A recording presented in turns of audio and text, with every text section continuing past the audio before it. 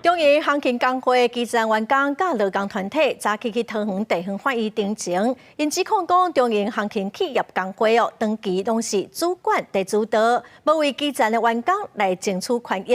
基层员工嘛表示讲，桃园市政府已经申请要解散中营航勤的企业工会，伊是呼吁讲法院应该赶紧来同意解散，才袂去损害到基层员工的权益。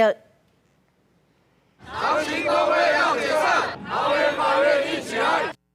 中央航勤基层的员工甲劳工团体11早起去桃园地方法院门口开记者会陈情，诉求地方法院同意解散中勤工会。嘛讲桃园市政府进前以中勤工会违反工会法，无以中庭运作为理由申请解散工会，去地方法院驳回申请甲后续的控告，造成工会年外拢无法度正常运作。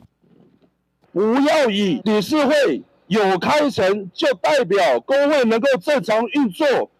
作为姑息，更放任少数人架空民主权益。他连续3年没有正常召开会员大会，去年更4次留会，被劳动部还有台北高等行政法院认定他侵害员工权益。劳动局嘛限定中勤企业工会3月底进前召开会馆大会，而且盛会，若无下个一届向地方法院申请解散工会。针对部分员工甲劳团的指控，中勤企业工会回应讲，一切依法执行，是因为会员的人数一个手为100多人，日头增加到600多人，开会出席的法定人数不够，才会留会。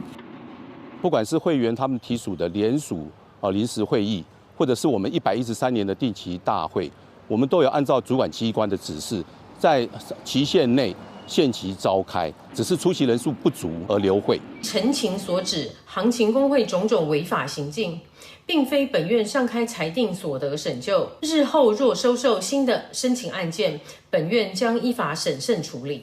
桃园地方法院回应讲，桃园市政府在112年劳升至第8号的案件内底，因为无写明中勤工会有无法度以中庭正常运作会务的情形，无符合工会法的规定。地方法院驳回解散工会申请，这是有法源的。不过嘛，讲到未来若是有新的申请的案件，嘛依法谨慎来处理。